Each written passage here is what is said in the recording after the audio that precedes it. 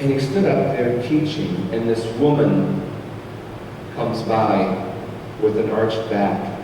18 years, it said, this woman had been hunched over, with her face only being able to see the ground below her feet, never being able to raise her head and look at anybody in the eye with any sense of respect and dignity. She was always hunched over, and it says for 18 years.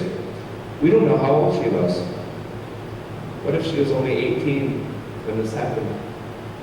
What if all her life she was treated like some secondary animal or something less than human because she had, the bad fortune of being born as a woman, and even worse, the woman was from a different race. And so Jesus saw this woman, and he could have simply said a few words. He did it many times in these Gospels, just saying a few words and healing somebody. It would have been that simple, but no. For some reason, he felt that it was important that he show these people that this is a human being. And he reached out and he touched her. He touched her as if to say, you matter. Do not ever let anybody tell you that you are anything less than what you are. And that is nothing less than a fearfully and wonderfully made creation of God himself.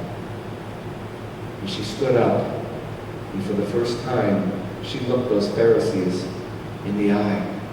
Now, we don't know what happened to her after that, but we know that the Pharisees started harping and saying, oh, this is the Sabbath, you're not supposed to do things like that today. And Jesus said, you hypocrites, do you not untie your ox and your donkey, your work animals, on the Sabbath, and lead them to water to drink so that they can have sustenance? Can I not give a human being, a creation at the very hand of God, sustenance, the will to live, the confidence to say, stand up and look these people in the eye and say, I am no less than you. That was the message that Jesus brought for these people on that day. See, sometimes our dreams are God's reality. Sometimes we dream things and we think the world would be wonderful if this would happen or if that would happen, but God already knows that that is what needs to happen.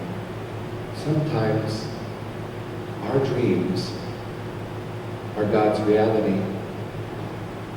Well, as somebody very wise said 50 years ago, I have a dream today. I have a dream that someday all of us will sit together and embrace one another, people from every tribe, nation, tongue, and race, and we'll laugh. And we'll say, you know, I remember back when we used to listen to them. How foolish we were back then. Amen.